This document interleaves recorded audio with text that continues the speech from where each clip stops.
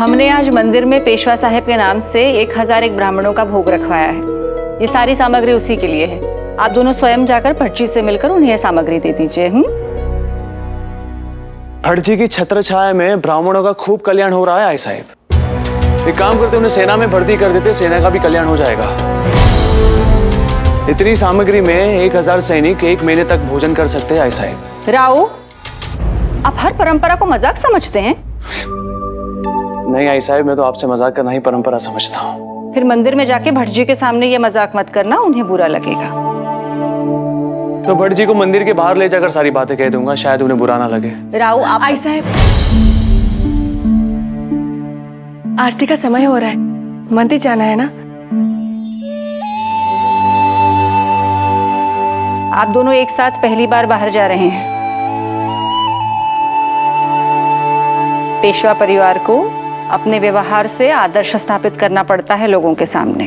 लोग हर चीज को बहुत ध्यान से देखते हैं। याद रहे, सिर्फ आप दोनों नहीं जा रहे हैं, अपने साथ पेशवा साहेब और हमारा सम्मान भी लेकर जा रहे हैं। किसी को उंगली उठाने का मौका मत दीजिएगा। हो आई साहब। क्या?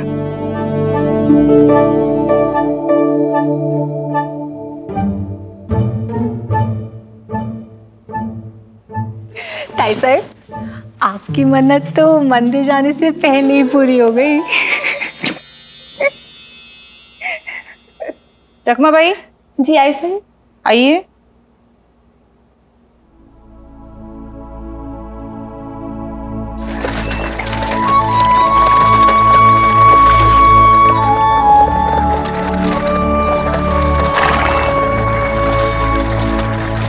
ढूंढना है जो अपने पिया को, खुद को भूल जरा बाबरी।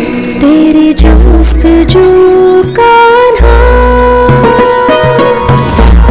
प्रीत की कहानी है, प्रेम का किस्सा है, जमुना की ज़बानी है। मैं किसे दोहराऊं, तेरी मेहरबानी है।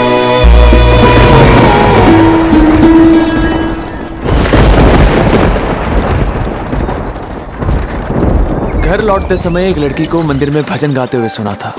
तेरी जुस्तजू कहना प्रीत की कहानी है, प्रेम का किस्सा है, जमुना की जुबानी है। मर्जे काय? प्रेम के भजन गा रही थी वो। देवा देवा देवा, पूजा के समय प्रेम की भजन? प्रेम भी तो एक पूजा है। पूजा करने वालों को ईश्वर मिले या ना मिले, प्रेम करने वालों को अवश्य मिल जाते हैं। म्हणजे भटजी को ईश्वर नहीं मिलेंगे? ईश्वर को पाने के लिए लोग प्रेम करते हैं। प्रेम करना ही प्रेम का सबसे बड़ा इनाम होता है। प्रेम को किसी और इनाम की आवश्यकता नहीं होती। क्या आप हमसे प्रेम करते हैं?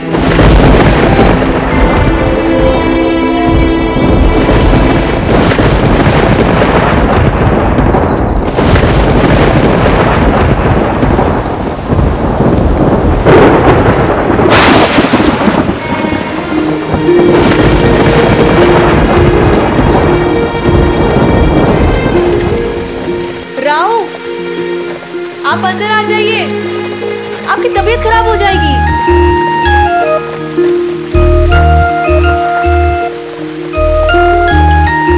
पहली बारिश में छुपकर नहीं बैठते,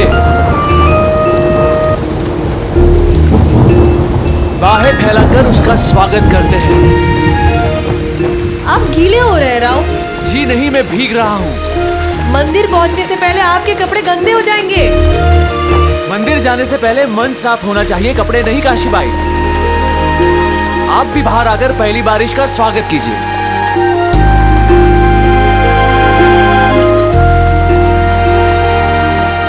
हाँ। मन दरबारी भीग रहा इश्क तेरे दरबार में मन दरबारी भीग रहा है, इश्क तेरे दरबार में।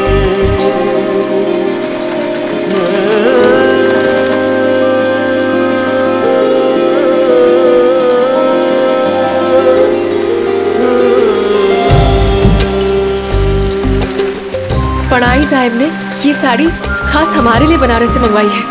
अगर हम बाहर आएंगे ना तो ये खराब हो जाएगी। बारिश का क्या है, ये तो कभी भी आ जाएगी। कल भी आएगी, पर वो पहली बरसात नहीं होगी काशीबाई।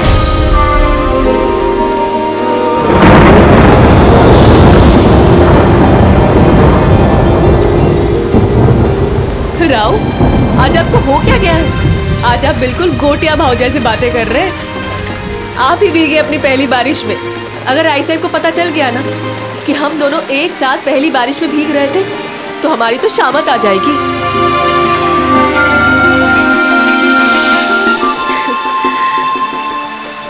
हमने आपको खुश देख लिया तो समझिए हमने पहली बारिश चख ली।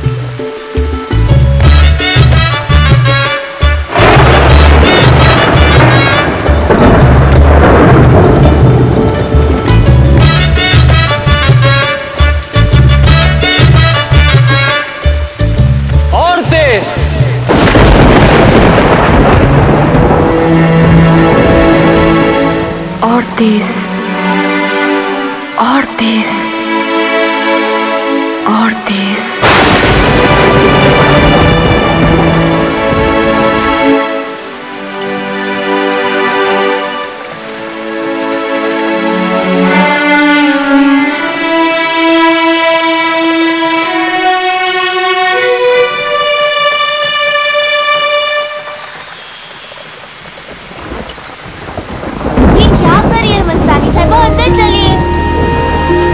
चंदा, पहली बारिश बार बार नहीं होती है और बरसात का मजा झरोखे में से हाथ बाहर निकालकर बूंदों को छूने में नहीं, बूंदों से खेलने में होती है।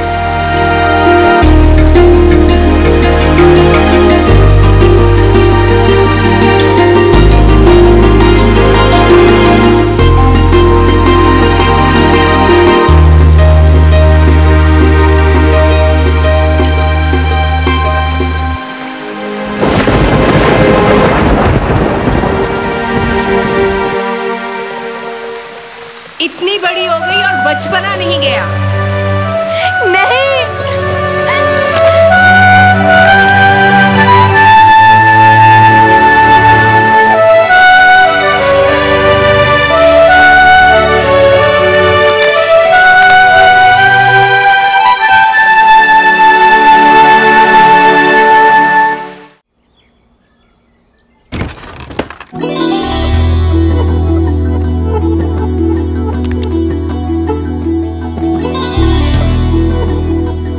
हर हर महादेव।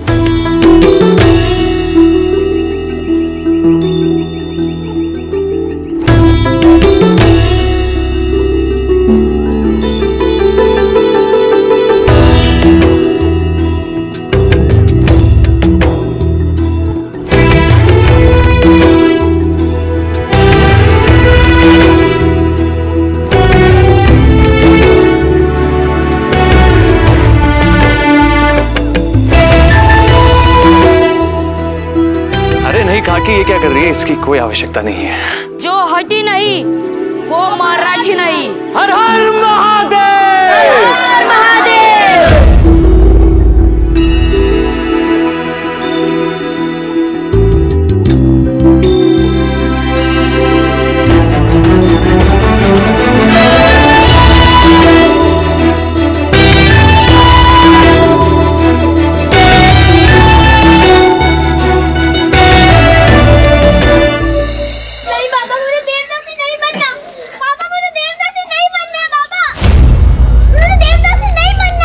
मैं भटजी को वचन दे चुका हूँ कि तुझे मंदिर की सेवा करनी है, और अब मैंने अगर ये वचन तोड़ा तो प्रलय आ जाएगी।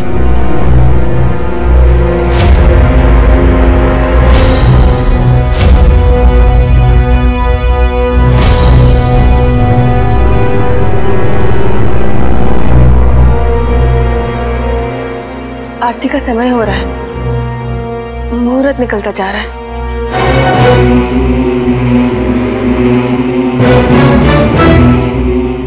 राव, आपको बीच में बोलने की आवश्यकता नहीं है। ये हमारे परिवार का आंतरिक मामला है। हो, ये उनके माता पिता है, ये सही कह रहे। हम इसके कोई नहीं है।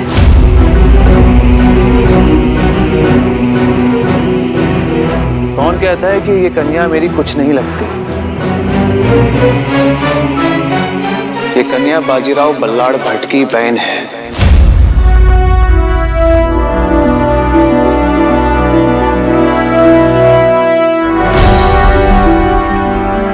संबंध केवल रक्त से नहीं बनते, भावनाओं से भी बनते हैं। जिस पल इस कन्या ने मेरी ओर आशा भरी दृष्टि से देखा था, उसी पल इस कन्या के साथ भावनाओं का संबंध जुड़ गया था।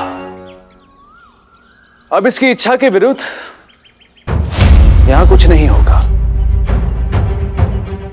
परंपरा, प्रतिष्ठा और अनुशासन,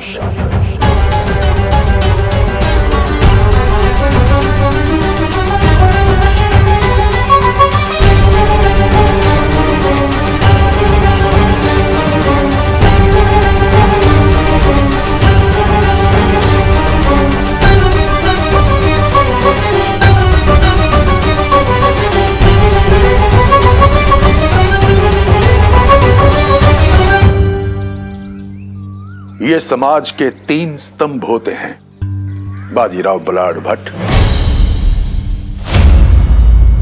और इन्हें तोड़ना ना तो आपके लिए सही होगा और ना ही समाज के लिए। समाज का वर्तमान, भूत और भविष्य, ये तीनों इन्हीं स्तंभों पर टिके होते हैं। और यदि पेशवा साहब के बड़े पुत्र ही इन्हें तोड़ने का प्रयास करेंगे तो यह समाज कैसे चलेगा?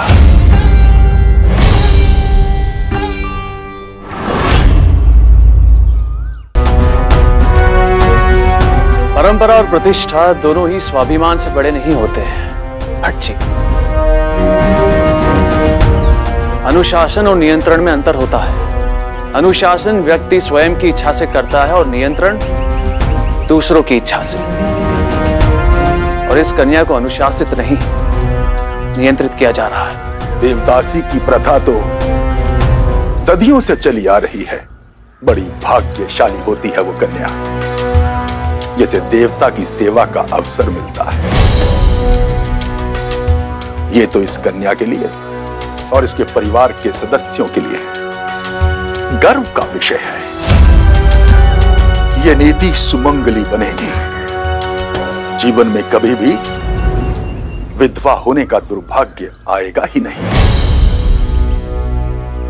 यदि ये प्रथा इतनी ही महान और गौरवशाली है तो बड़े बड़े परिवार वाले अपनी पुत्रियों को देवदासी क्यों नहीं बनाते भट्ट जी? क्यों सदा गरीब और दरिद्र घर वाले ही अपनी बेटी को देवदासी बनाते हैं?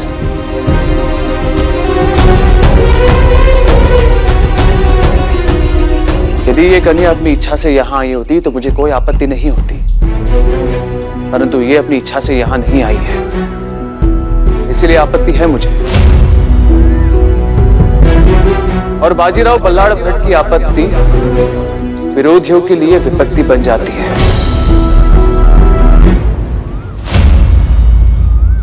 आप संस्कृति का विरोध कर रहे हैं। शास्त्रों के अनुसार कन्या विवाह के बाद पति की संपत्ति होती है और विवाह से पूर्व पिता की। इसलिए आपको बीच में बोलना शोभा नहीं देता। बेटी गाय नहीं होती कि जब मन चाहे उसे खूंटे से बांध लिया। अपने जीवन पर उसे पूर्ण अधिकार होता है। और जिस संस्कृति का नाम देकर आप इस लड़की को इसके पिता की संपत्ति बता रहे हैं, उसी संस्कृति ने सीता माता से लेकर द्रौपदी तक को स्वयंवर का अधिकार दिया था भट्ट जी। शास्त्र कहते हैं कि नारी को अपना वर चुनने का पूरा अधिकार होता है। मैं आपका सम्मान करता हूं भट्ट जी, आप भी वेद और शास्त्रों का सम्मान कीजिए। और इस कन्या को आत्मनिर्णय करने का अधिकार दीजिए। माता पिता अपनी संतान के लिए कभी भी कोई गलत निर्णय ले ही नहीं सकते, और यदि इन्होंने ये निर्णय लिया है तो कुछ सोचकर ही लिया होगा। किसी और की कही हुई बात सोच पर हावी हो जाए तो फिर निर्णय दिल से नहीं लिया जाता बच्ची। और ऐसे निर्णय चंचल मन के चलते बदले भी नहीं जाते।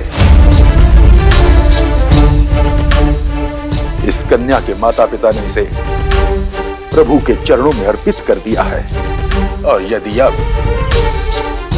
इन्होंने अपना वचन तोड़ा तो इन्हें कभी मोक्ष नहीं मिलेगा।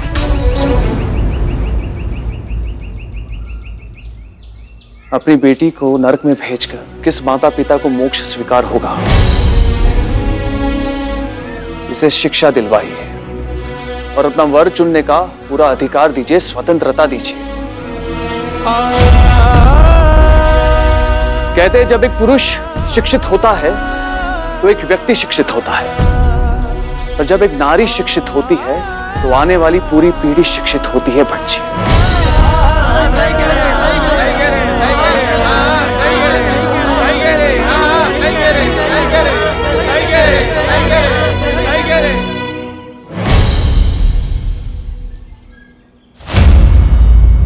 देवदासी बनना इस कन्या का प्रारब्ध है।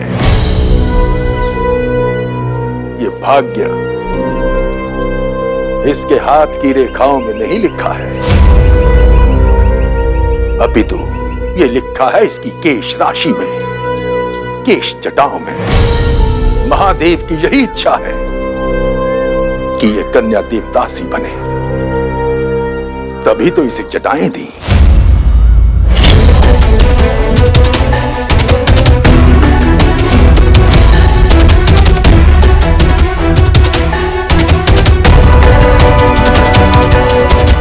ये लीजिए भट्ट जी, इसका भाग्य बदल दिया मैंने। आपने महादेव की इच्छा का उल्लंघन किया है। यदि ये महादेव की इच्छा होती तो मुझ जैसा साधारण व्यक्ति इसे कैसे बदल सकता? ये तो आपकी इच्छा है भट्ट जी, जिसे आप महादेव की इच्छा समझते हैं।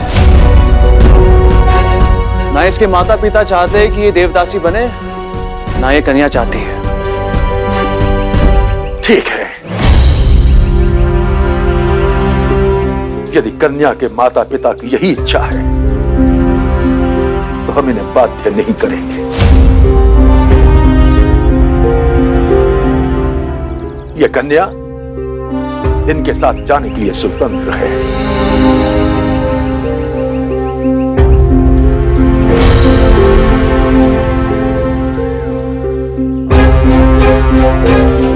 भट्ट जी, पूजा का समय हो गया है।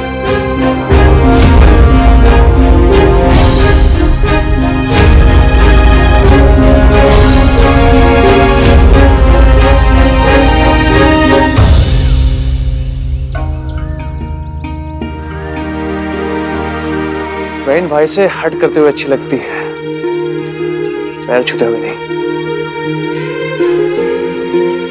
जाओ।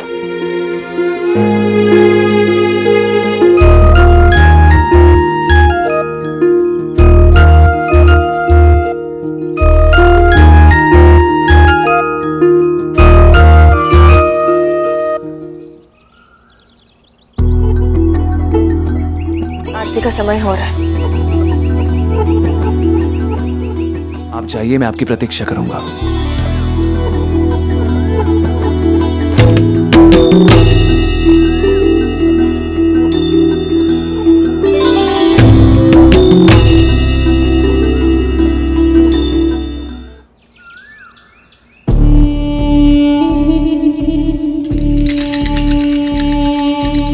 रानी साहब, राजकुमार जगतराज ने एक बहुत छोटी सैनिक टुकड़ी के साथ बूरे खान की छावनी पर हमला किया और बूरे खान ने राजकुमार को बंदी बना लिया। पर जब पिताजी ने उन्हें कूच करने के लिए मना किया था तो भाई साहब ने आक्रमण क्यों किया? हमारे बेटे की जान यहाँ खतरे में है और आप उनकी ही गलतियाँ निकाल रही हैं। रानी साहब, मस्तानी का ये कहने का मतलब नहीं था। वो